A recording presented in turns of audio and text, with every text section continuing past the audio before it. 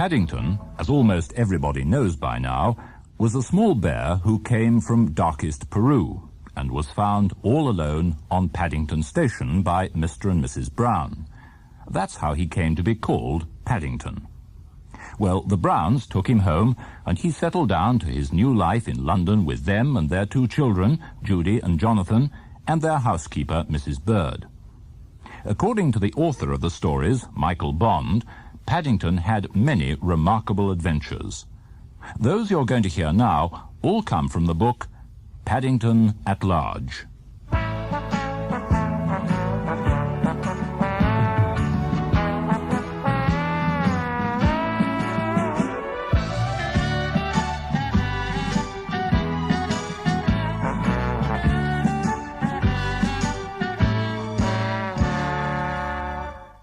"I know I keep on saying it," exclaimed Mrs. Brown, as she placed an extremely large vegetable marrow on the kitchen scales, "but I'm sure Paddington must have been born with green paws. Have you seen this one?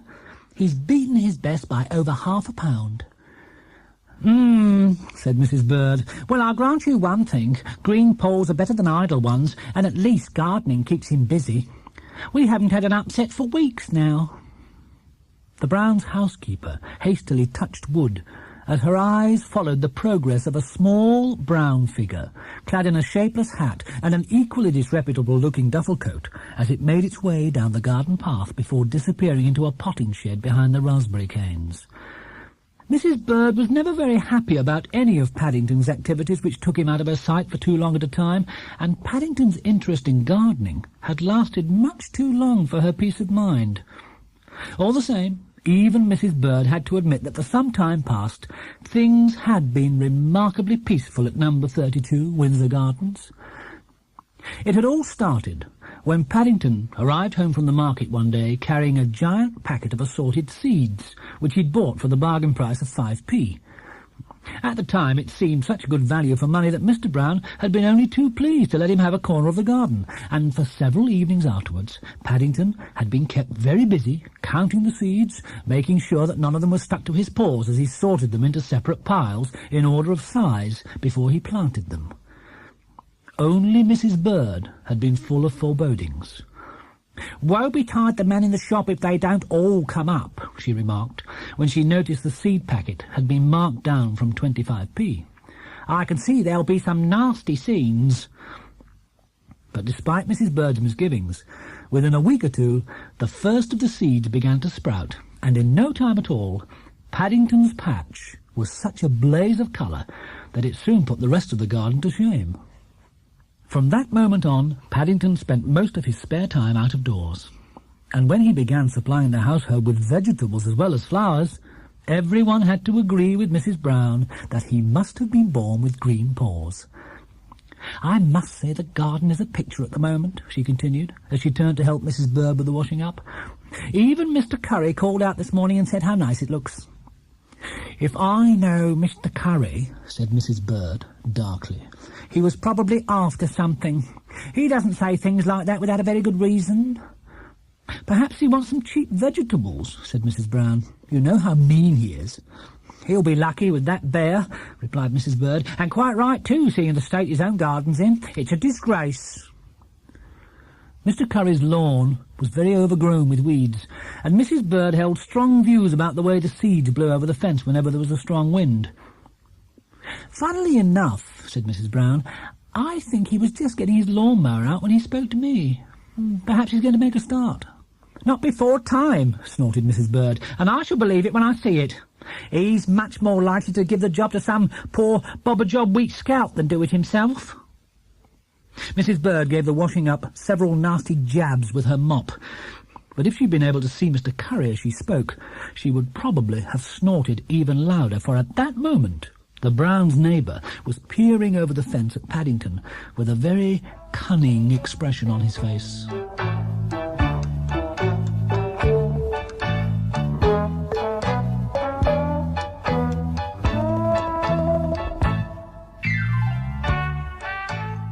Unaware of the danger he was in, Paddington was sitting on a patch of ground behind the raspberry canes, busy with his accounts. Mrs. Bird paid him strict market rates for all his vegetables, and although she kept a careful note of all his sales, Paddington wasn't the sort of bear to take chances, and he liked to make doubly sure by keeping his own record. He had just finished entering the words marrows, very large, 1 in his notebook, when Mr. Curry's voice shattered the morning air. "Bear!" he roared.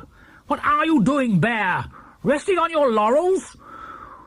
Paddington jumped up in alarm at the sound of Mr. Curry's voice. "Oh, no, Mr. Curry," he exclaimed when he'd recovered from the shock. "I was only sitting on my begonias." Mr. Curry looked at him suspiciously, but Paddington returned his gaze very earnestly. The cunning expression returned to Mr. Curry's face as he looked round Paddington's garden. "I'm glad to see you're all up to date, Bear," he said. "I was wondering if you would like to earn yourself 5p if you've a few moments to spare." Well, yes, please, Mr. Curry," said Paddington doubtfully. From past experience he felt sure that any job for which Mr. Curry was willing to pay 5p would take far longer than a few minutes, but he was much too polite to say so. "Are you any good at climbing trees?" asked Mr. Curry. "Oh, yes," said Paddington importantly. "Bears are good at climbing things." "That's good," said Mr. Curry, waving a hand in the direction of a large tree near his house. "In that case, perhaps you'd like to pick a few apples for me." "Thank you very much, Mr. Curry," said Paddington, looking most surprised at the thought of being paid 5p just for picking apples. "Oh, and while you're up there," said Mr. Curry, casually, "there's a dangerous branch that needs cutting down. I'm afraid I have to go out, but it's very kind of you to offer, Bear. It's very kind indeed." Well, before Paddington had time to open his mouth, Mr. Curry produced a saw and a length of rope from behind his back and pointed to the branch in question. "Now, don't forget," he said, as he handed the bits and pieces over the fence, "you tie one end of this rope to the branch, then you loop the other end over the top of the tree and tie it back down to something heavy on the ground. That's most important, otherwise the branch might fall down too quickly and cause a nasty accident. I don't want to come back and find any broken windows. And if you finish before I get back," continued Mr. Curry, "perhaps you'd like to cut my grass. I've put the mower all ready, and if you make a good job of it, there might even be another 5p. With that, Mr. Curry turned on his heels and disappeared in the direction of the house, leaving Paddington anxiously holding the rope between his paws. He felt sure he hadn't said anything to Mr. Curry about cutting down his branches, let alone uttered a word about mowing the grass. But the Browns' neighbour had a way of twisting things so that other people were never quite sure what they had said. If it had simply been a matter of cutting the grass, Paddington might have pretended that he'd got something stuck in his ear by mistake and hadn't heard properly. But as he studied Mr. Curry's tree, he began to look more and more thoughtful. A few moments later, he jumped up and began hurrying around as he made his preparations. Paddington liked climbing trees, and he was also very keen on sawing. To be able to do both at the same time seemed a very good idea indeed, especially when it was in someone else's garden. All the same, as he looked round for something heavy to tie the rope to, he soon decided that it was easier said than done. The nearest object was Mr. Curry's fence, and that was so rickety a piece of it came away in his paw when he tested it with one of his special knots. In the end, Paddington settled on Mr. Curry's lawnmower, which looked much more solid, and after making a double knot round the handle to be on the safe side, he began to climb the apple tree, armed with the saw and a jar of his favourite marmalade.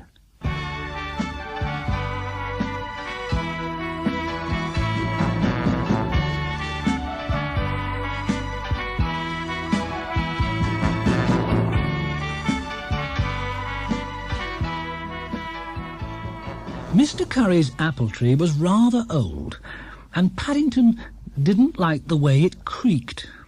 But at long last he settled himself near the branch that had to be cut down, and after making sure the other end of the rope was properly tied, he dipped his paw in the marmalade jar and got ready for the big moment.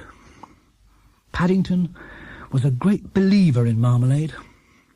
He'd often used it for all sorts of things besides eating, and now he felt sure it might come in very useful for greasing the blade in an emergency. There weren't many teeth left, but of those that were still intact, most were rusty, and the rest stuck out at some very odd angles. Taking a final look round to make sure everything was as it should be, Paddington gripped the saw with both paws, closed his eyes, and began jumping up and down as he pushed it back and forth across the branch. In the past he'd usually found any kind of sawing hard work, but for once everything seemed to go smoothly. If anything, Mr. Curry's tree was in an even worse state than his saw, and within a few minutes of starting work there came a loud crack, followed almost immediately afterwards by a splintering noise as the branch broke away from the tree. When the shaking stopped, Paddington opened his eyes and peered down at the ground. To his delight, the branch was lying almost exactly where he'd planned it to be, and he felt very relieved as he scrambled back down the tree to view the results of his... It wasn't often that any jobs he did for Mr. Curry went right first time, and he spent some moments sitting on the sawn-off branch with a pleased expression on his face while he got his breath back. Turning his attention to the lawn, Paddington began to wish more than ever he hadn't heard Mr. Curry's remark about cutting it. Apart from the fact there seemed to be an awful lot, the grass itself was so long it came almost up to his knees, and even when he stood up, it was a job to see where the lawn finished and the rest of the garden began. It was as he looked round for the mower in order to make some kind of start that Paddington received his first big shock of the day. For although there was a long trail leading down through the grass from the shed, and although there were 2 deep wheel marks to show where it had been left standing, Mr. Curry's lawnmower was no longer anywhere in sight. Paddington's shocks never came singly, and as he nearly fell over backwards with surprise at the first one, he promptly received his second. Rubbing his eyes, he peered upwards again, in the hope that it had all been part of a bad dream, but everything was exactly as it had been a few seconds before. If anything, it was worse, for having rubbed his eyes, he was able to make out even more clearly the awful fact that, far from having disappeared into thin air, Mr. Curry's lawnmower was hanging as large as life from a branch high above his head. Paddington tried pulling on the rope several times, but it was much too tight to budge, and after a few more half-hearted tugs, he sat down again, with his chin between his paws and a very disconsolate look on his face as he considered the matter. Thinking it over, he couldn't for the life of him see a way out of the problem. In fact, the more he thought about it, the worse it seemed, because now Mr. Curry's lawnmower was up the tree. He couldn't even make amends by cutting the grass for him. Mr. Curry wasn't very understanding at the best of times, and from whatever angle Paddington looked at the tree, even he had to admit that it was one of the worst times he could remember.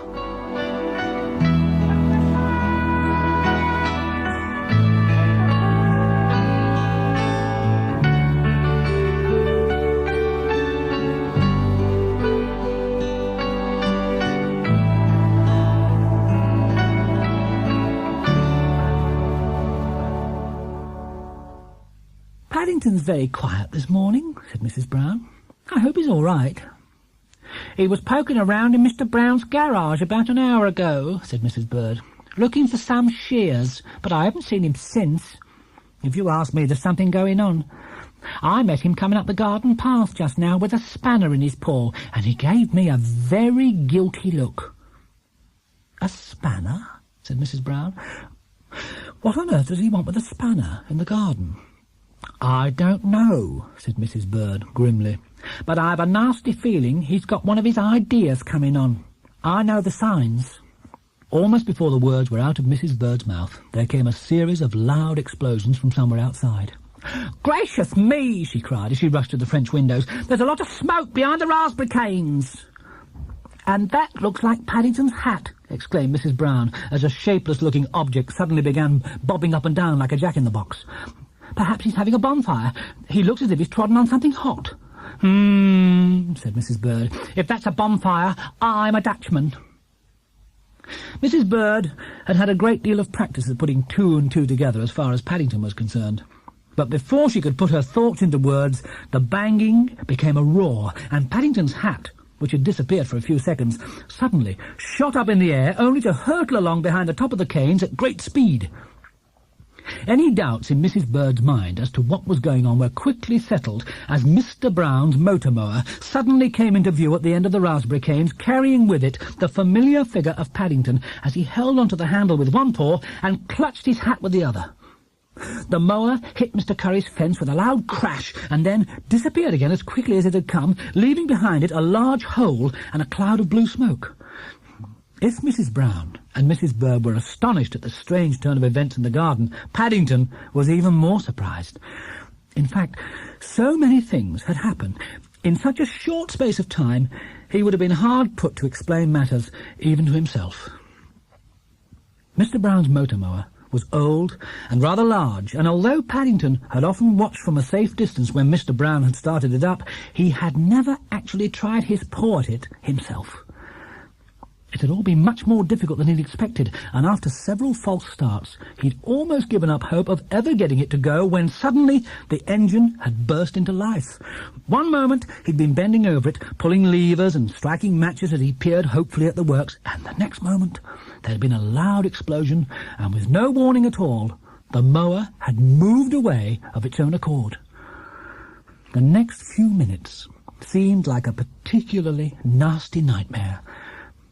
Paddington remembered going round the lawn several times as the mower gathered speed. He also remembered feeling very pleased that Mr. Curry had left his side gate open as he shot through the opening and out into the road. But after that, things became so confused he just shut his eyes and hoped for the best.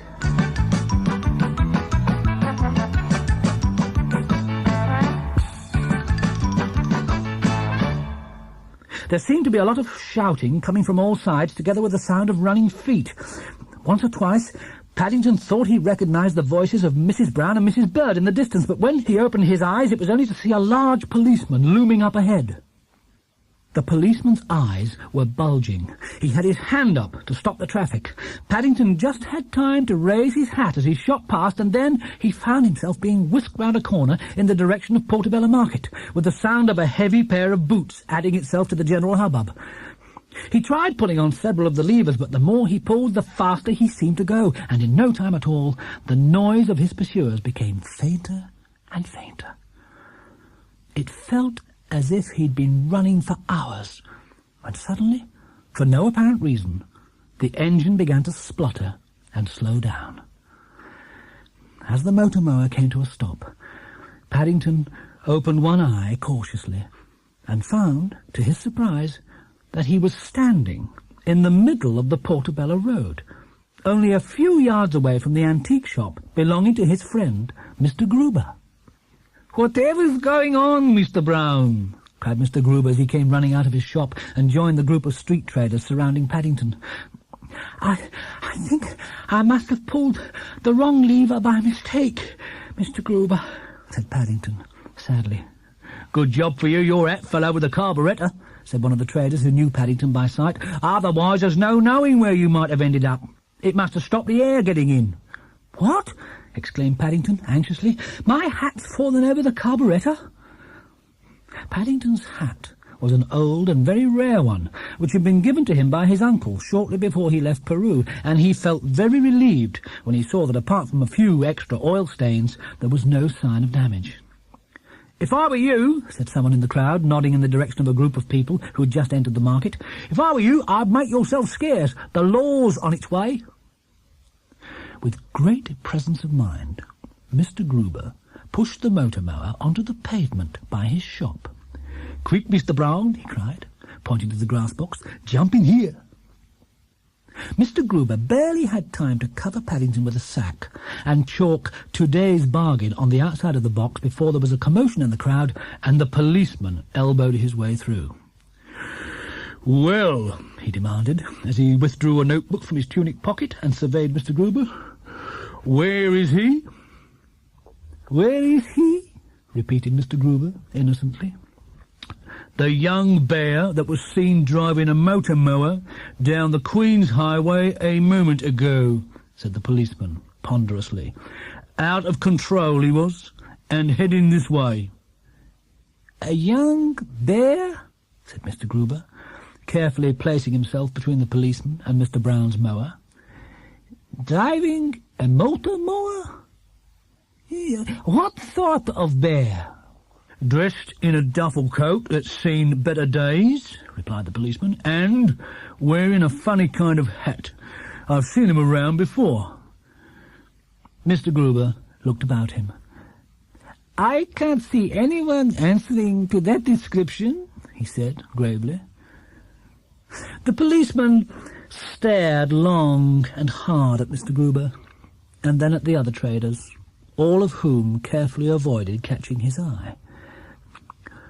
"I'm going for a short walk," he said at last, with the suspicion of a twinkle in his eye, "and when I get back, if I see a certain bargain still outside a certain person's shop, I shall make it my duty to look into the matter a bit further." As the crowd parted to let the policeman through, Mr. Gruber mopped his brow. "That was a narrow squeak, Mr. Brown," he whispered. "I hope I did the right thing. Not knowing the facts, I didn't know quite what to say." "That's all right, Mr. Gruber," said Paddington, as he peered out from under the sacking. "I'm not very sure of them myself." Mr. Gruber and the other traders listened carefully while Paddington went through the morning's events for their benefit. It took him some time to relate all that had taken place, and when he finished, Mr. Gruber rubbed his chin thoughtfully. "First things first, Mr. Brown," he said briskly, as he locked the door to his shop. "It sounds as though you'll need a hand getting Mr. Curry's lawnmower down from his tree before he gets home, so I think I'd better push you back to Windsor Gardens as quickly as possible. Unless, of course, you'd rather walk." Paddington sat up in the grass box for a moment while he considered the matter. "I think, if you don't mind, Mr. Gruber," he announced gratefully, as he pulled the sack back over his head, "I'd much rather ride."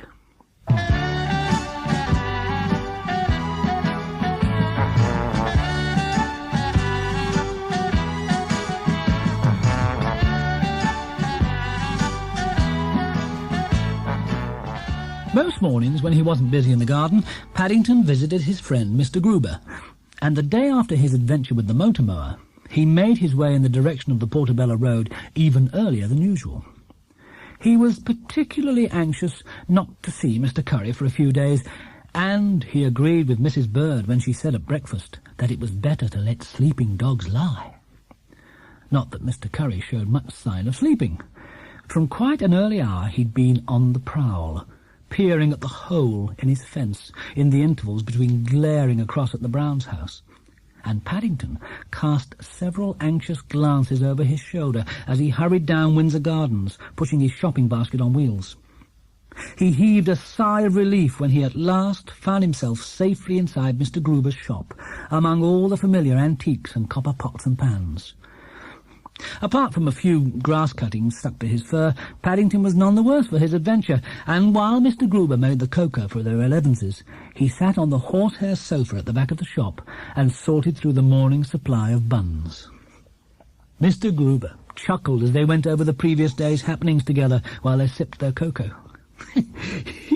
"Hearing about other people's adventures always makes me restless, Mr. Brown," he said, as he looked out of his window at the bright morning sun, "particularly when it's a nice day.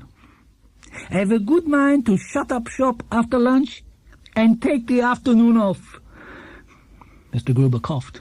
I wonder if you would care to accompany me, Mr. Brown," he said. "We could go for a stroll in the park and look at some of the sights." "Oh, yes, please, Mr. Gruber," exclaimed Paddington. "I should like that very much." Paddington enjoyed going out with Mr. Gruber, for he knew a great deal about London, and he always made things seem interesting. "We could take Jonathan and Judy," said Mr. Gruber, "and make a picnic of it." Mr. Gruber became more and more enthusiastic as he thought the matter over. "All work and no play never did anyone any good, Mr. Brown," he said, "and it's a long time since I had an outing." And with that he began to bustle round his shop, tidying things up, and even announced that he wouldn't be putting his knick-knacks table outside that day, which was most unusual, for Mr. Gruber always had a table on the pavement outside his shop, laden with curios and knick-knacks of all kinds at bargain prices. While Mr. Gruber busied himself at the back of the shop, Paddington spent the time drawing out a special notice in red ink to hang on the shop door while they were away. It said, "Important announcement. This shop will be closed for the annual staff outing this afternoon." After underlining the words with the remains of the cocoa lumps, Paddington carefully wiped his paws and then waved goodbye to Mr. Gruber before hurrying off to finish the morning's shopping. When she heard the news of the forthcoming outing, Mrs. Bird quickly entered into the spirit of things, and she made a great pile of sandwiches, ham and 2 kinds of jam for Mr. Gruber, Jonathan and Judy, and some special marmalade ones for Paddington. These, together with a tin of freshly made fairy cakes and some bottles of lemonade, soon filled Jonathan's rucksack to the brim. "Sooner Mr. Gruber than me," said Mrs. Bird after lunch, as she watched the heavily laden party set off up the road, led by Mr. Gruber carrying a large guidebook, and Paddington with his suitcase, opera glasses, and a pile of maps. "Paddington did say they were going to the park, didn't he?" asked Mrs. Brown. "It looks rather as if they're off to the North Pole." "Knowing Paddington," said Mrs. Bird darkly, "perhaps it's as well they're prepared for an emergency." In Mrs. Bird's experience, an outing with Paddington was more likely than not to end up in some kind of disaster, and she wasn't sorry to be out of the way for a change.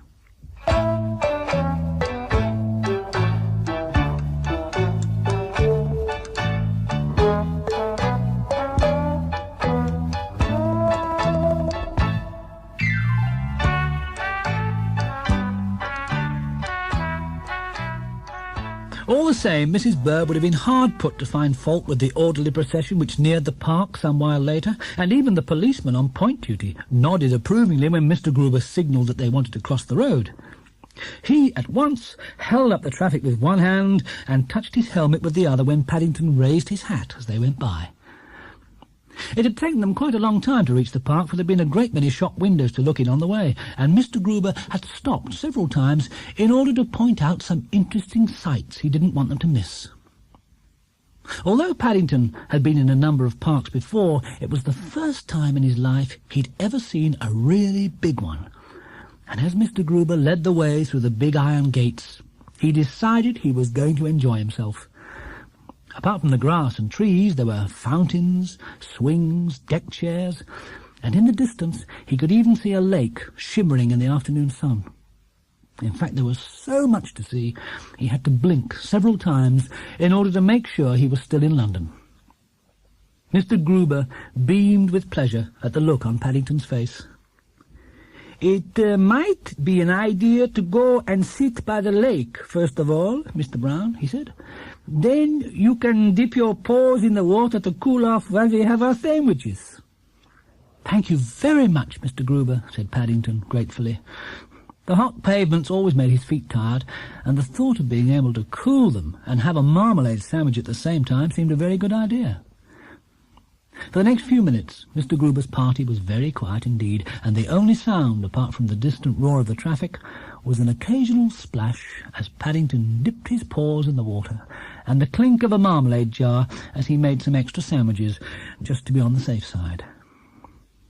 When they'd finished their picnic, Mr. Gruber led the way towards a small enclosure where the swings and slides were kept, and he stood back while Paddington and Jonathan and Judy hurried inside to see what they could find. Paddington in particular was very keen on slides, and he was anxious to test a large one which he'd seen from a distance. It was when the excitement was at its height that Mr. Gruber suddenly cupped one hand to his ear and called for quiet. "I do believe there's a band playing somewhere," he said. And sure enough, as the others listened, they could definitely hear strains of music floating across the park. It seemed to be coming from behind a clump of trees, and as Mr. Gruber led the way across the park, it gradually got louder and louder. Then, as they rounded a corner, another large enclosure came into view. At one end of it there was a bandstand, and in front of that there were rows and rows of seats filled with people listening to the music. Mr. Gruber pointed excitedly at the bandstand. "We're in luck, Mr. Brown," he exclaimed. "It's the Guards." While Mr. Gruber went on to explain that the Guards were a very famous regiment of soldiers who kept watch over Buckingham Palace and other important places, Paddington peered through the fence at the men on the platform. They all wore brightly coloured uniforms with very tall black hats made of fur, and their instruments were so highly polished they sparkled in the sun like balls of fire. "It's a good many years since I went to a band concert in the park, Mr. Brown," said Mr. Gruber. "I've never been to one, Mr. Gruber," said Paddington. "That settles it, then," replied Mr. Gruber. And as the item came to an end and the audience applauded, he led the way to the entrance and asked for 4 5p tickets.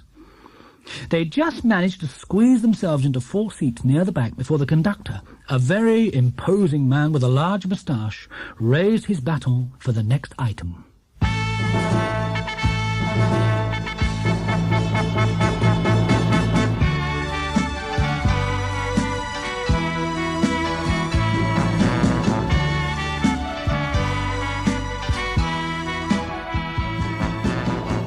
Paddington settled himself comfortably in his seat.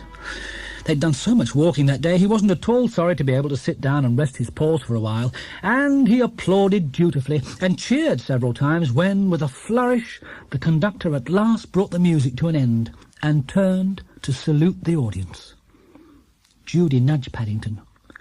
"You can see what they're going to play next," she whispered, pointing towards the bandstand. "It's written on that board up there." Paddington took out his opera glasses and leaned out into the aisle as he peered at the board with interest. There were several items called selections which he didn't immediately recognise. These were followed by a number of regimental marches, one of which had just been played. After that came another selection from something called a surprise symphony, which sounded very good value. But it was as he peered at the last item that a strange expression suddenly came over Paddington's face. He breathed heavily on his glasses several times, polished them with a piece of rag which he got from his suitcase, and then looked through them again at the board. "That's called a selection from Schubert's Unfinished Symphony," explained Judy in a whisper as the music started up again. "What?" exclaimed Paddington hotly as his worst suspicions were confirmed. "Mr. Gruber's paid 5p each for our tickets, and they haven't even finished it?"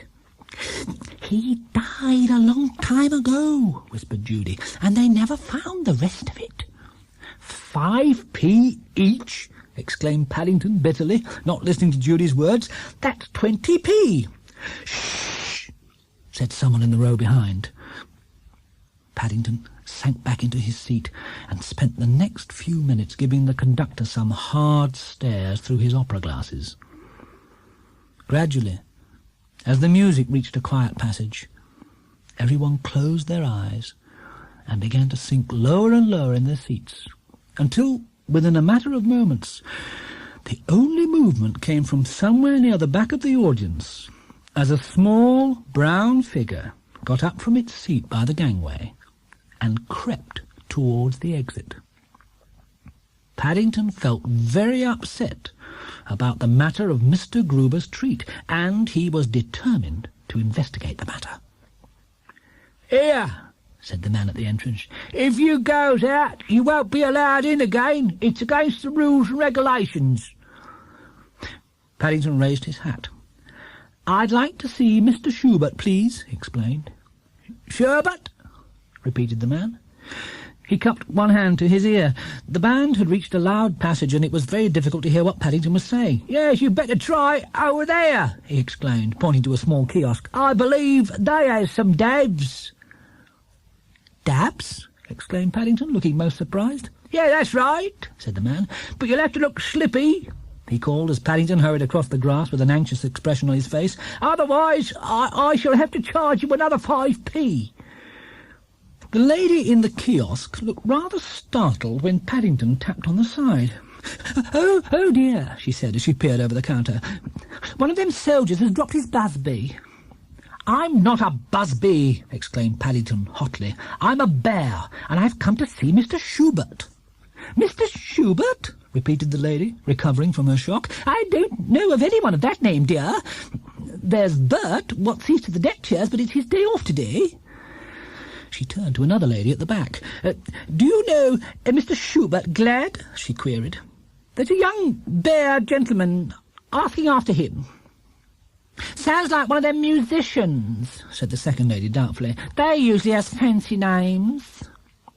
He wrote a symphony, explained Paddington, and he forgot to finish it. Oh dear, said the first lady. Well, if I were you, I'd go and wait under the bandstand. You're bound to catch them when they come off. There's a door at the back, she added helpfully. If you wait in there, it'll save disturbing all the people in the audience. After thanking the ladies for all their help, Paddington hurried back across the grass towards some steps which led down to a small door marked strictly private at the rear of the bandstand. Paddington liked anything new, and he'd never been inside a bandstand before. It sounded most interesting, and he was looking forward to investigating the matter. The door opened easily when he put his paw against it, but it was when he closed it behind him that he made the first of several nasty discoveries, for it shut with an ominous click, and try as he might, he couldn't pull it open again. After poking at it for several minutes with an old broom handle which he found on the floor, Paddington groped around until he found an upturned box, and then he sat down in order to consider the matter.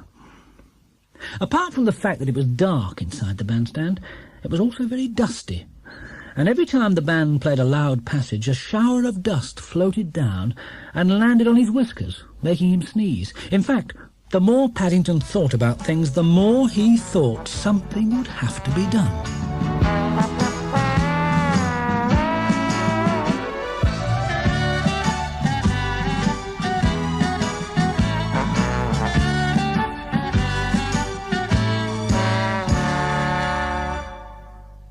Oh dear, groaned Judy. I've never known such a bear for disappearing.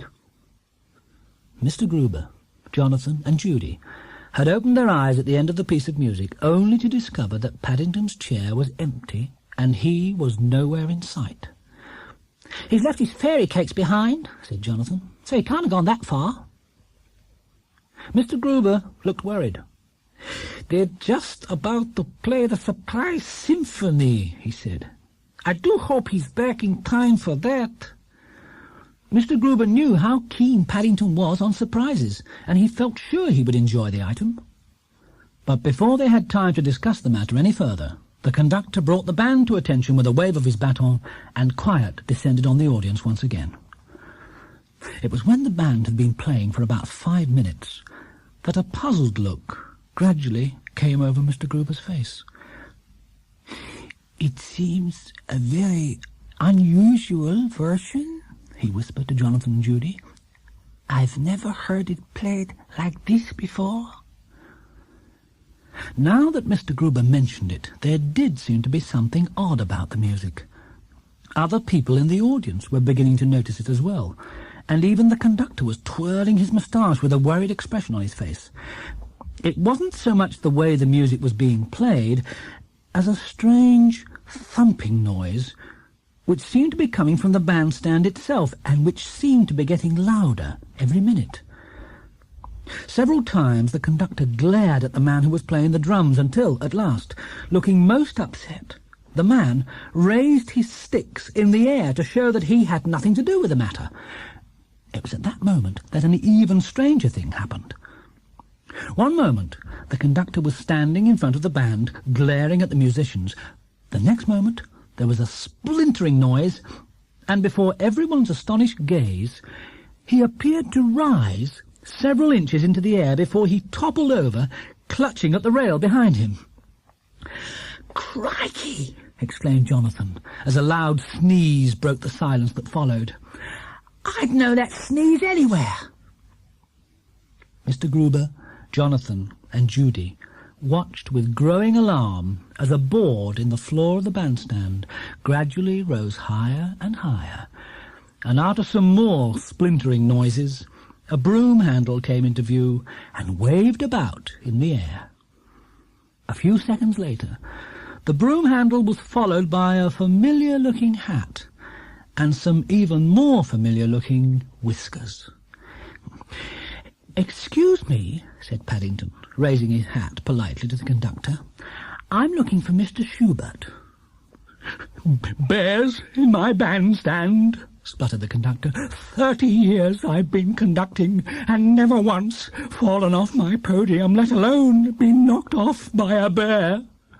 Whatever else the conductor had been about to say was drowned in a burst of applause. First one person started to clap, and then another, until finally the whole audience was on its feet, applauding. "They call it the Surprise Symphony," said a man sitting next to Mr. Gruber, "but I don't think I've ever been more surprised in my life than when that young bear came up through the floor." "It's very good value for 5p, said someone else. "What will they think of next?" It was some while before the applause died down, and by that time the conductor had recovered himself, and he even began to look quite pleased at the way the audience was clapping. "Very good timing, Bear," he said gruffly as he returned Paddington to his seat and gave him a smart military salute. "It would have done credit to a guardsman." "All the same," said Jonathan, some while later as they were strolling home through the park, "all the same, it's a jolly good thing someone started the clapping off, or there's no knowing what might have happened. I wonder who it was." Judy looked at Mr. Gruber, but he appeared to be examining one of the nearby trees, and if there was a twinkle in his eye, it was hard to see.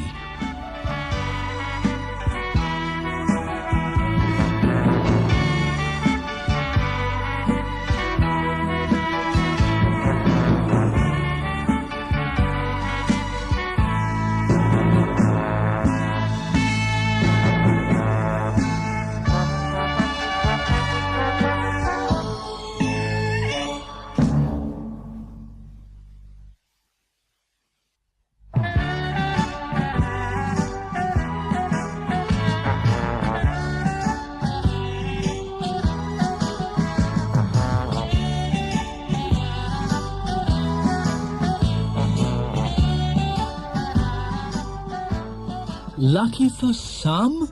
exclaimed Mr. Brown. "Oh, don't tell me we've got to sit and watch that awful thing.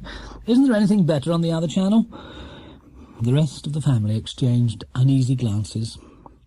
"Paddington did ask if we could have it on," said Mrs. Brown. "It's his favourite programme, and he was so keen that we shouldn't miss it tonight."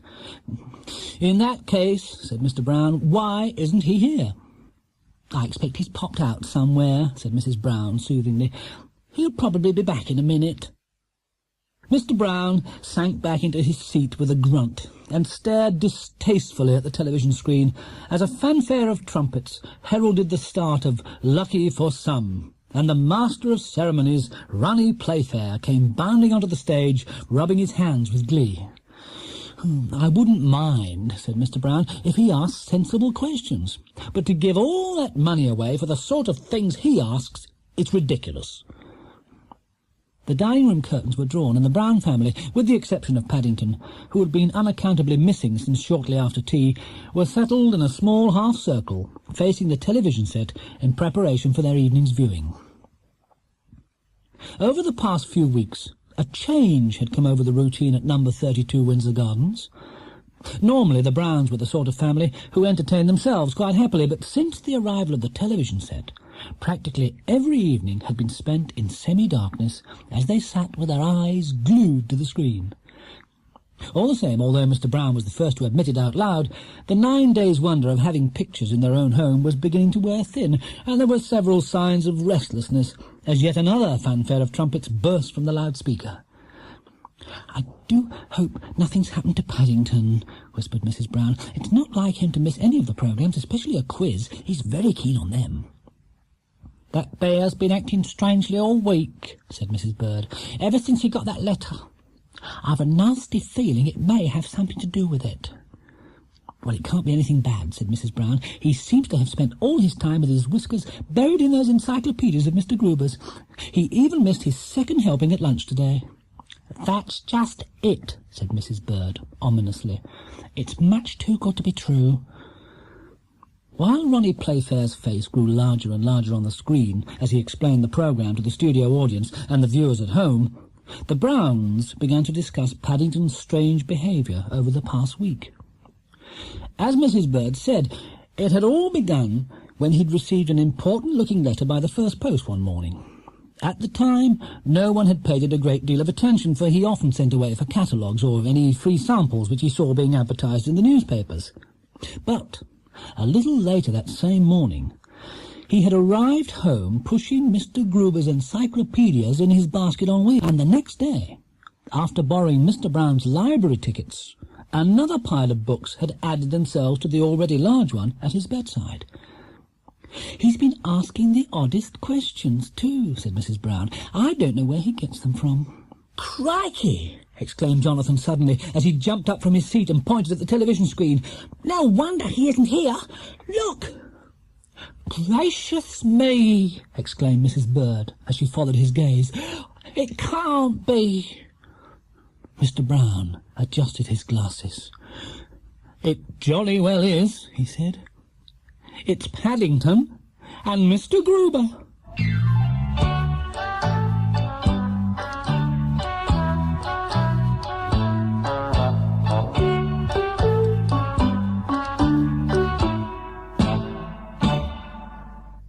While the Browns had been talking, Ronnie Playfair had finished describing the workings of the programme. Waving his hand cheerily to the studio audience, he stepped down off the stage in the beam of a large spotlight and announced that the first contestant of the evening was a Mr. Brown of London. As he made his way up the aisle, the camera followed him and eventually came to rest on two familiar faces at the end of one of the rows of seats. Mr. Gruber's look of embarrassment was tinged with a faint air of guilt as he caught sight of his own face on a nearby screen. Although Paddington had assured him that the Browns liked surprises, he wasn't at all sure they would be keen on this particular one. But soon Mr. Gruber was lost from view as a small brown figure sitting next to him raised a battered hat to the camera and hurried up the aisle after the Master of Ceremonies. If the Browns were overcome at the sight of Paddington climbing onto the stage, Ronnie Playfair was equally at a loss for words, which was most unusual. Are you sure you're the right Mr. Brown?" he asked nervously, as Paddington dumped his suitcase on the stage and raised his hat to the audience. "Yes, Mr. Playfair," said Paddington, waving a piece of paper importantly in the air. "I've got your letter asking me to come." "I didn't know there were any bears in Notting Hill Gate," said Ronnie Playfair. "I come from Peru," said Paddington, "but I live in Windsor Gardens." "Oh, well," said Ronnie Playfair, recovering himself slightly. "Well, we won't ask you to prove that, but I suppose we must expect the bear facts tonight." "Prove that," he repeated, laughing at his own joke in a rather high voice. "Bear facts?" His voice died away as he caught Paddington's eye. Paddington didn't think much of Ronnie Playfair's jokes, and he was giving him a particularly hard stare. Perhaps you'd like to step forward and send a message home," said the Master of Ceremonies hurriedly. "We always ask our contestants to send a message home, and it makes them feel at ease." Paddington bent down and took a piece of paper out of his suitcase. "Thank you very much, Mr. Playfair," he exclaimed, as he began advancing on the camera. The Browns watched in dumb fascination as Paddington loomed larger on their screen. "Hello, all at number 32, said a familiar voice. "I hope I shan't be late, Mrs. Bird. Mr. Gruber promised to bring me straight home Well, whatever else Paddington had been about to say was lost as there came a loud crash, and the picture disappeared from the screen. "Oh, no!" cried Judy. "Don't say it's broken down, not tonight of all nights." "It's all right," said Jonathan. "Look, they've got another camera on." As he spoke, another picture flashed onto the screen. It wasn't quite such a nice one as the close-up of Paddington had been, until just before the end, when it had suddenly gone soft and muzzy. That one had shown almost every whisker, whereas the new picture was looking towards the audience, and there appeared to be some confusion. One of the cameramen was sitting on the floor, surrounded by wires and cables, rubbing his head, and Ronnie Playfair seemed to be having some kind of an argument with a man wearing headphones. "He wasn't on his marks," cried the cameraman. "He kept following me. You can't take proper close-ups if people don't stay on their marks." Paddington peered at the floor. "My marks," he repeated hotly, "but I had a bath before I came out." "He doesn't mean dirt marks," said Ronnie Playfair, pointing to a yellow chalk line. "He means that sort. You're supposed to stay where I put you, otherwise the cameras can't get their shots." "You did ask me to step forward," said Paddington, looking most upset. "I said step forward," said Ronnie Playfair crossly, "not go for a walk." Ronnie Playfair had been master of ceremonies on, lucky for some, for several years, with never a word out of place, let alone an upset like the one that had just occurred, and there was a strained look on his face as he picked his way back across the cables, closely followed by Paddington, who was peering anxiously at the floor in case he lost sight of his chalk mark again.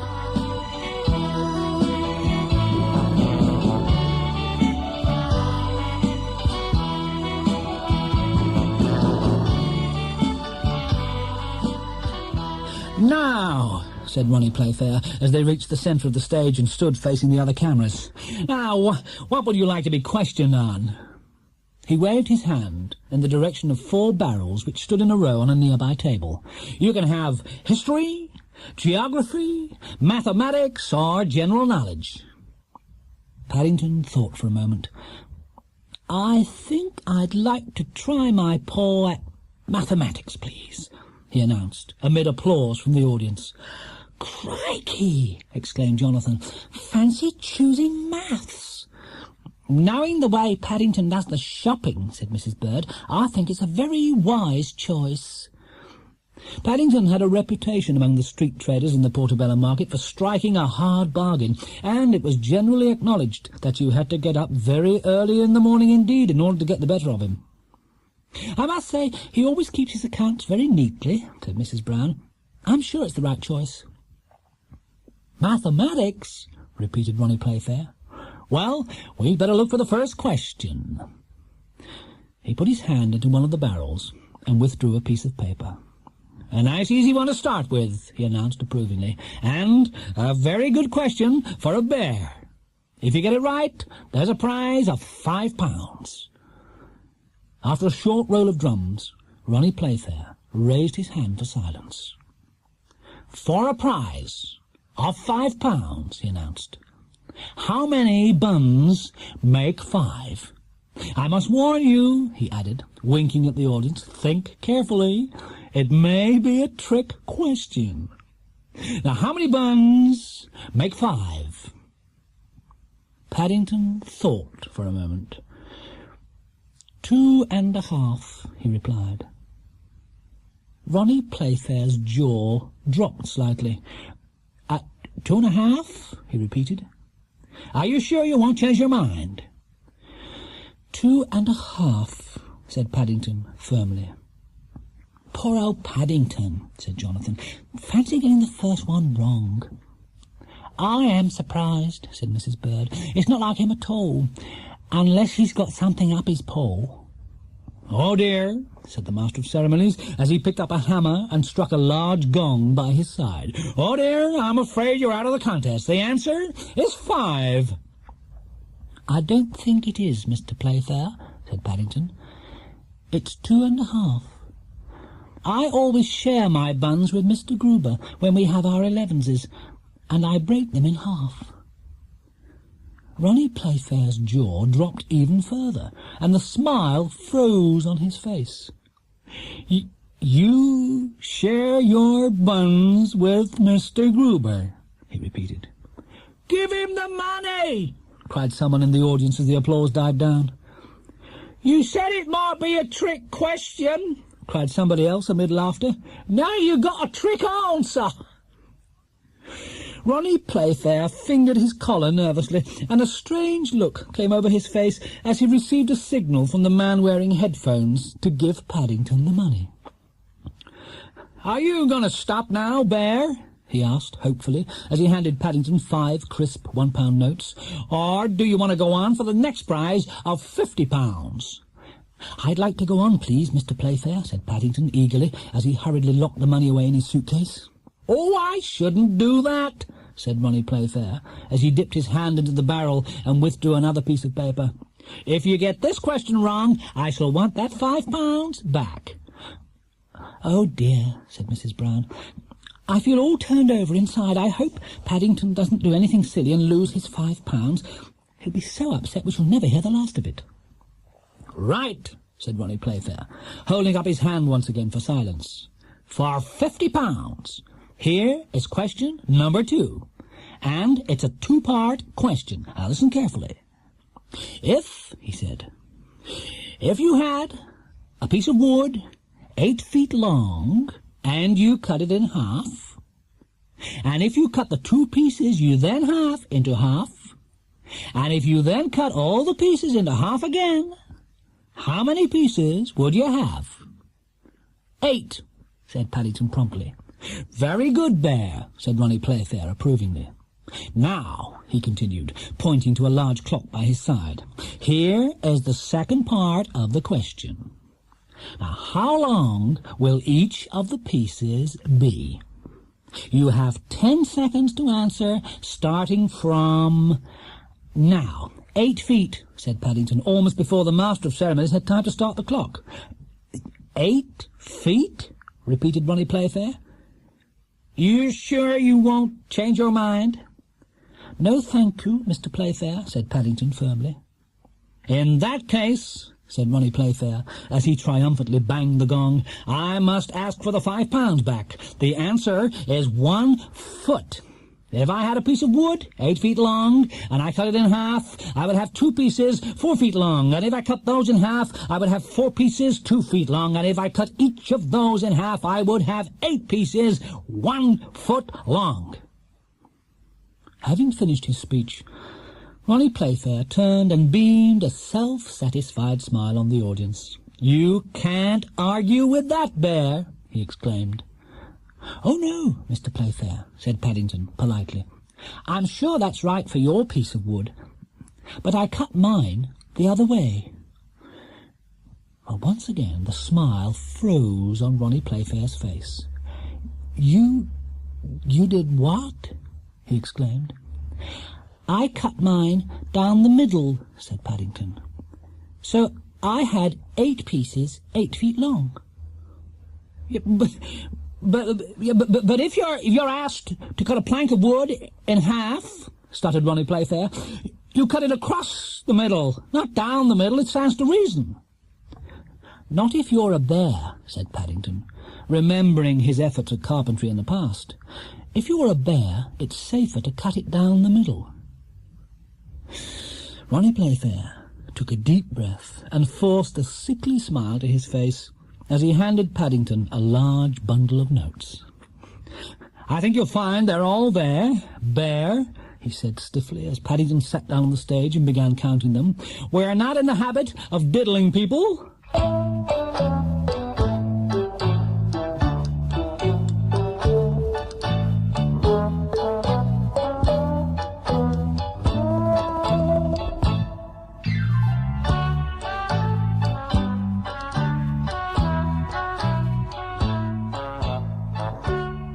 Ronnie Playfair looked anxiously at his watch. The programme seemed to be taking a lot longer than usual. Normally he would have got through at least 5 contestants by now. "There are only 5 minutes left," he said. "Do you want to go on for the final prize of £500? £500! exclaimed Judy in a tone of awe. "If I were Paddington," said Mrs. Brown, "I'd stop now and make sure of what I got." The Browns grouped themselves even closer round their television screen as one of the cameras showed a close-up picture of Paddington considering the matter. "I think I would like to carry on, Mr. Playfair," he announced at last, amid a burst of applause. Although Paddington was not the sort of bear who normally believed in taking too many chances as far as money was concerned, he was much too excited by all that had taken place that evening to think clearly about the matter. "Well," said Ronnie Playfair in his most solemn voice, "here, for a prize of £500, is the last question of the evening. And this time, it's a much harder one." "It would be," said Mrs. Brown, holding her breath. "If," continued Ronnie Playfair, if it takes 2 men 20 minutes to fill a 50-gallon bath full of water using 1 tap, how long will it take 1 man to fill the same bath using both taps? This time you've got 20 seconds starting from now." Ronnie Playfair pressed a button on the clock by his side, and then stood back to await Paddington's answer. "No time at all, Mr. Playfair," said Paddington promptly. "Wrong!" exclaimed Ronnie Playfair, as a groan came up from the audience. "I'm afraid this time you really have got it wrong. It will take exactly half the time. I'm very sorry, Bear," he continued, looking most relieved as he gave the gong a bang with his hammer. "Better luck next time." "I think you must be wrong, Mr. Playfair," said Paddington politely. "Nonsense," said the Master of Ceremonies, giving Paddington a nasty look. "The answer's on the card. In any case, it's bound to take some time. You can't fill a bath in no time at all." "But you said it was the same bath," explained Paddington. "The first 2 men had already filled it once, and you didn't say anything about pulling the plug out." Ronnie Playfair's face seemed to go a strange purple colour in the studio, and even on the Brown's receiver it went several shades darker as he stared at Paddington. "I didn't say anything about them pulling the plug out," he repeated.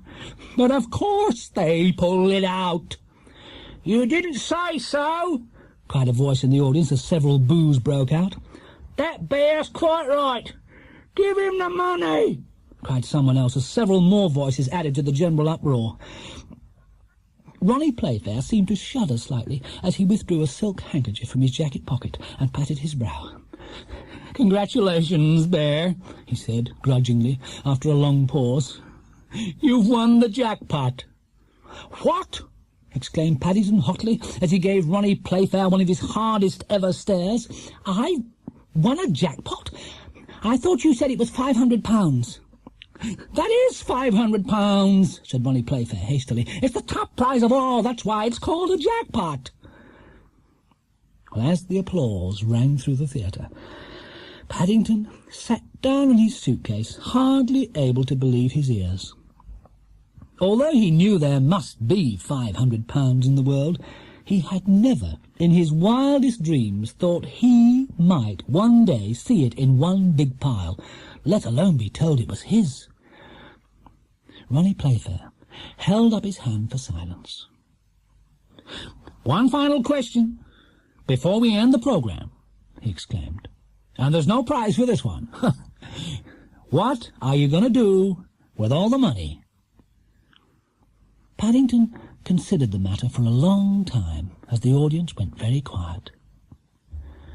When you usually counted your money in terms of how many buns it would buy, it was very difficult even to begin to think about a sum like £500, let alone decide what to do with it. And when he tried to think of £500 worth of buns, he grew quite dizzy. "I think," he said at last, as the camera came closer and closer, "I think I would like to keep a little bit as a souvenir, and to buy some Christmas presents.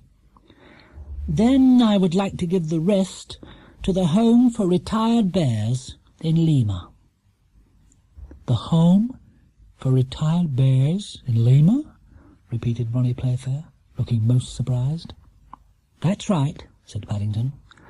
"That's where my Aunt Lucy lives. She's very happy there, but I don't think they've got very much money. They only have marmalade on Sundays, so I expect they would find it very useful." Everyone applauded Paddington's announcement, and the applause grew louder still a few moments later when Ronnie Playfair announced on behalf of the television company that they would see to it that the home for retired bears in Lima was well supplied with marmalade for at least a year to come. "After all," he said, "it isn't every week a bear wins the jackpot in one of our quiz programs."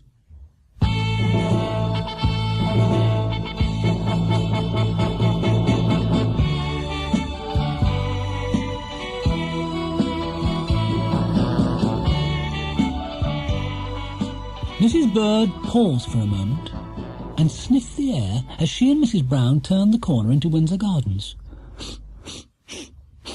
"Can you smell something?" she asked. Mrs. Brown stopped by her side. Now Mrs. Bird mentioned it, there was a very peculiar odour coming from somewhere near at hand. It wasn't exactly unpleasant, but it was rather sweet and sickly, and it seemed to be made up of a number of things she couldn't quite place. "Perhaps there's been a bonfire somewhere," she remarked as they picked up their shopping and continued along the road. "Whatever it is," said Mrs. Bird darkly, "it seems to be getting worse. In fact," she added, as they neared number 32, "it's much too close to home for my liking." "I knew it!" she exclaimed as they made their way along the drive at the side of the house. "Just look at my kitchen windows." "Oh, dear," said Mrs. Brown as she followed the direction of Mrs. Bird's gaze. "What on earth has that bear been up to now?" Looking at Mrs. Bird's kitchen windows, it seemed just as if in some strange way someone had changed them for frosted glass while they'd been out. Worse still, not only did the glass have a frosted appearance, but there were several tiny rivers of a rather nasty-looking brown liquid trickling down them as well, and from a small, partly open window at the top there came a steady cloud of escaping steam. While Mrs. Bird examined the outside of her kitchen windows, Mrs. Brown hurried round to the back of the house. "Oh, I do hope Paddington's all right," she exclaimed when she returned. "I can't get in through the back door. It seems to be stuck." Said Mrs. Bird grimly. "If the windows look like this from the outside, heaven alone knows what we shall find when we get indoors." Normally, the windows at number 32 Windsor Gardens were kept spotlessly clean, with never a trace of a smear, but even Mrs. Bird began to look worried as she peered in vain for a gap in the mist through which she could see what was going on. Had she but known, the chances of seeing anything at all through the haze were more unlikely than she'd imagined, for on the other side of the glass, even Paddington was having to admit to himself that things were getting a bit out of hand.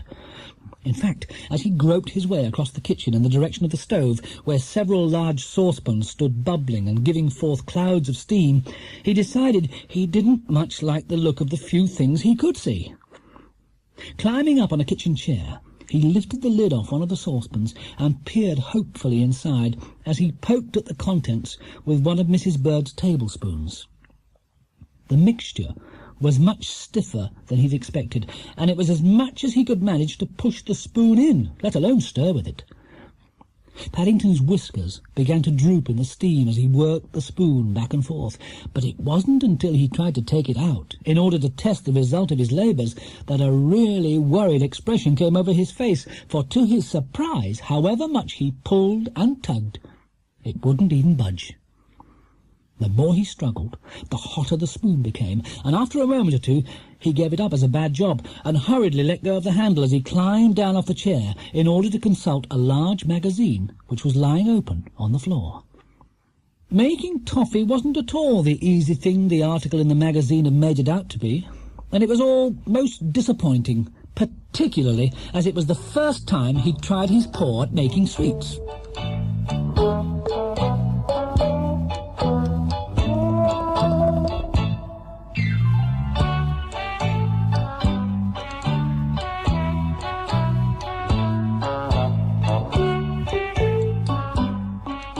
The magazine in question was an old one of Mrs. Brown's, and he'd first come across it earlier in the day when he'd been at a bit of a loose end. Normally, Paddington didn't think much of Mrs. Brown's magazines. They were much too full of advertisements and items on how to keep clean and look smart for his liking, but this one had caught his eye because it was a special cookery number. It was the last article of all which had really made him sit up and take notice. It was called 10 Easy Ways with Toffee, and it was written by a lady called Granny Green, who lived in the country and seemed to spend all her time making sweets. Paddington had read the article several times with a great deal of interest, for although in the past he'd tried his paw at cooking various kinds of dinner, he'd never before heard of anyone making sweets at home, and it seemed a very good idea indeed. All Granny Green's recipes looked nice, but it was the last one of all, for old-fashioned butter toffee, that had really made Paddington's mouth water. Even Granny Green herself seemed to like it best, for in one picture she was actually caught helping herself to a piece behind her kitchen door when she thought no one was watching. It not only looked very tempting, but Paddington decided it was very good value for money as well, for apart from using condensed milk and sugar, all that was needed was butter, treacle, and some stuff called vanilla essence, all of which Mrs. Bird kept in her store cupboard. After checking carefully through the recipe once more, Paddington took another look at the magazine in the hope of seeing where he'd gone wrong, but none of the photographs were any help at all. All Granny Green's saucepans were as bright as a new pin, with not a trace of anything sticky running down the sides, and even her spoons were laid out neat and shining on the kitchen table. There was certainly no mention of any of them getting stuck in the toffee. In any case, her toffee was a light golden brown colour, and it was cut into neat squares and laid out on a plate, whereas from what he'd been able to make out of his own through the steam, it had been the colour of dark brown boot polish. And even if he had been able to get it out of the saucepans, he couldn't for the life of him think what he could cut it with. Paddington rather wished he'd tried one of the other 9 recipes instead, and after heaving a deep sigh, he groped his way across the kitchen, and stretching up a paw, rubbed a hole in the steam on one of the window panes. As he did so, he jumped back into the middle of the room with a gasp of alarm, for there, on the other side of the glass, was the familiar face of Mrs. Bird. Mrs. Bird appeared to be saying something, and although he couldn't make out the actual words, he didn't like the look of some of them at all. Fortunately, before she was able to say very much, the glass clouded over again, and Paddington sat down in the middle of the kitchen floor, with a forlorn expression on his face, as he awaited developments.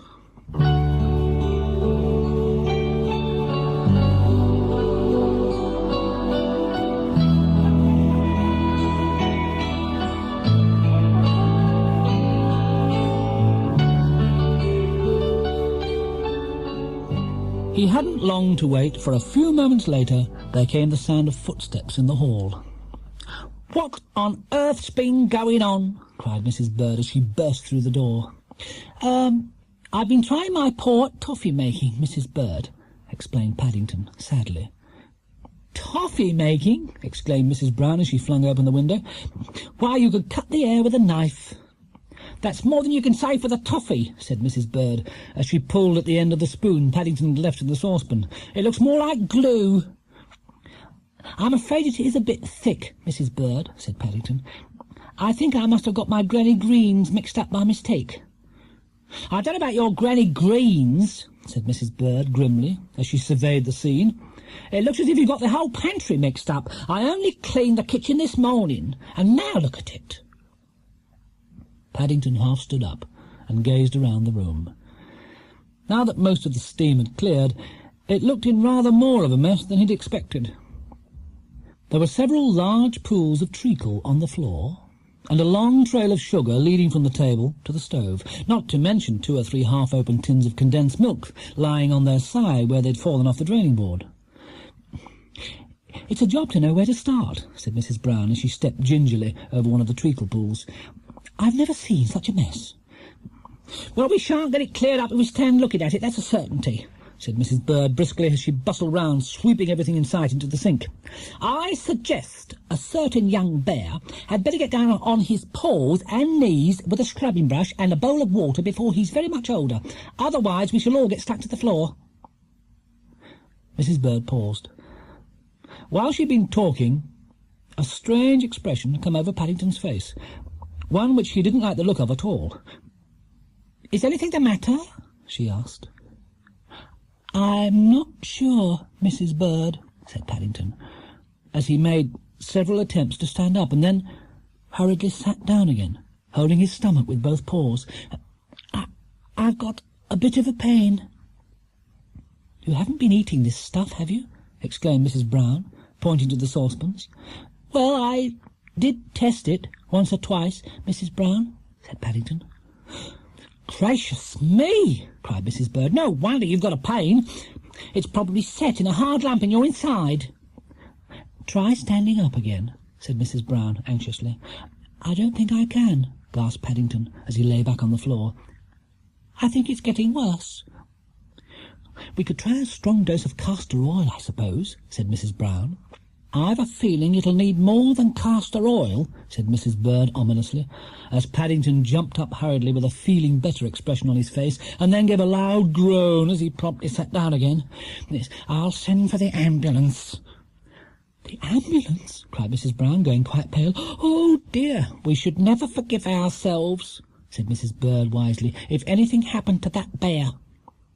And so saying, she put her arms underneath Paddington and, lifting him gently, carried him into the dining-room and placed him on the sofa, where he lay with his legs sticking up in the air. Leaving Paddington where he was, Mrs. Bird disappeared, and when she returned she was carrying a small leather suitcase. "I've packed all his washing things," she explained to Mrs. Brown, "and I put in a jar of his special marmalade in case he needs it."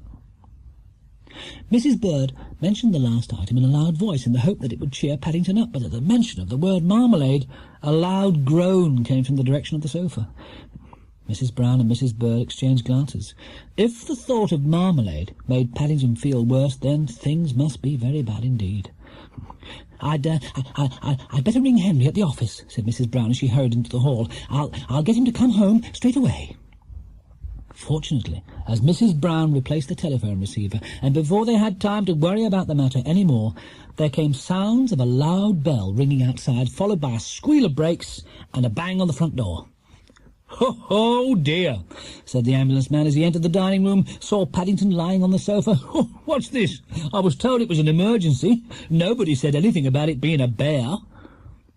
"Bears have emergencies the same as anyone else," said Mrs. Bird sternly. "Now just you bring your stretcher and hurry up about it."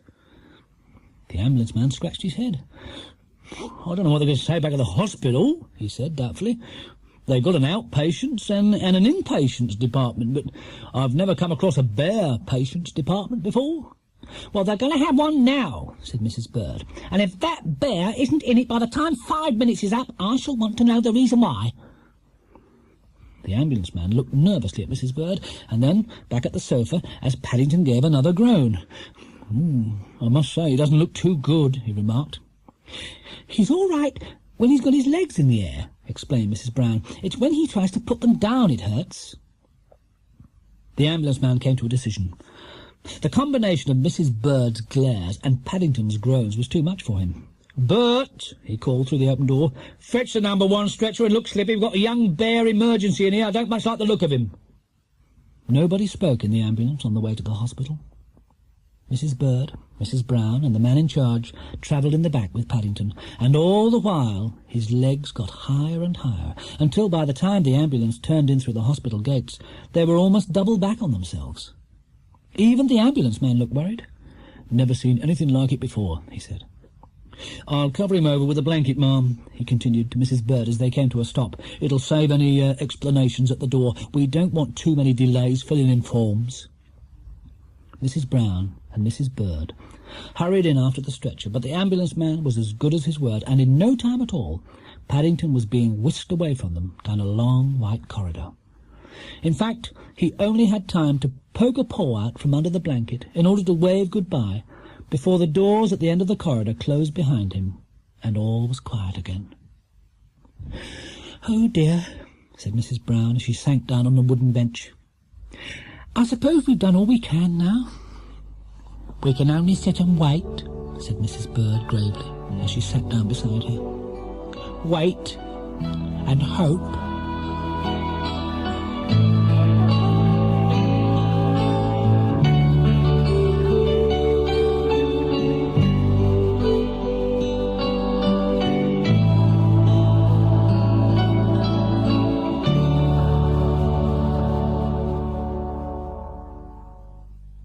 The Browns and Mr. Gruber sat in a miserable group in the corridor as they watched the comings and goings of the nurses. Mr. Brown had arrived soon after the ambulance, bringing with him Jonathan and Judy, and shortly after that Mr. Gruber had turned up, carrying a bunch of flowers and a huge bag of grapes. "They're from the traders in the market," he explained. "They all send their best wishes and hope he gets well soon." "It won't be long now," said Mr. Brown, as several nurses entered the room at the end of the corridor. "I think things are beginning to happen." As Mr. Brown spoke, a tall, distinguished-looking man, dressed from head to foot in green, came hurrying down the corridor, and with a nod in their direction, disappeared through the same door. "That must be Sir Mortimer Caraway," said Judy, knowledgeably. "That ambulance man said he's the best surgeon they have." "Crikey!" said Jonathan in a tone of awe. "Fancy Paddington having him." "Quite right, too," said Mrs. Bird, decidedly. "There's nothing like going to the top. People at the top are always more understanding." "I feel so helpless," said Mrs. Brown, voicing the thoughts of them all as they sat on the bench and prepared themselves for a long wait. They were each of them busy with their own thoughts, and although not one of them would have admitted it to the others, even the knowledge that such a famous person as Sir Mortimer Caraway was in charge didn't help matters. "Good heavens!" exclaimed Mr. Brown a few minutes later, as the door at the end of the corridor opened once again and the figure of Sir Mortimer appeared. "That was quick!" Mrs. Brown clutched her husband's arm. "You don't think anything's gone wrong, do you, Henry?" she asked. "We shall soon know," said Mr. Brown, as Sir Mortimer caught sight of them and came hurrying along the corridor, holding a piece of fur in his hand. "Are you that young bear's next of kin?" he asked. "Well, he lives with us," said Mrs. Brown. "He is going to be all right," exclaimed Judy, looking anxiously at the piece of fur. "I should think," said Sir Mortimer in a grave voice, but with the suspicion of a twinkle in his eye, "I should think there's every chance he'll pull through." "Gracious me!" exclaimed Mrs. Bird, as there was a sudden commotion at the end of the corridor. "There is Paddington! Don't tell me he's up already!" "A bad case of galloping toffee drips," said Sir Mortimer. "Most unusual. On the stomach, too. Worst possible place." "Galloping toffee drips?" repeated Mr. Brown. "I think I must have spilt some on my fur when I was testing it, Mr. Brown," explained Paddington as he joined them. "They probably set when he was sitting down," said Sir Mortimer. "No wonder he couldn't get up again."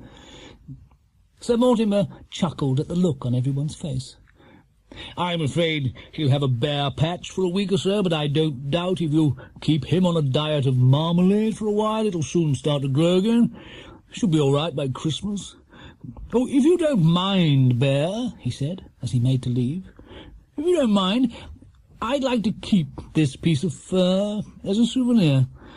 I've done a good few operations in my time, but I've never had a bear's emergency before."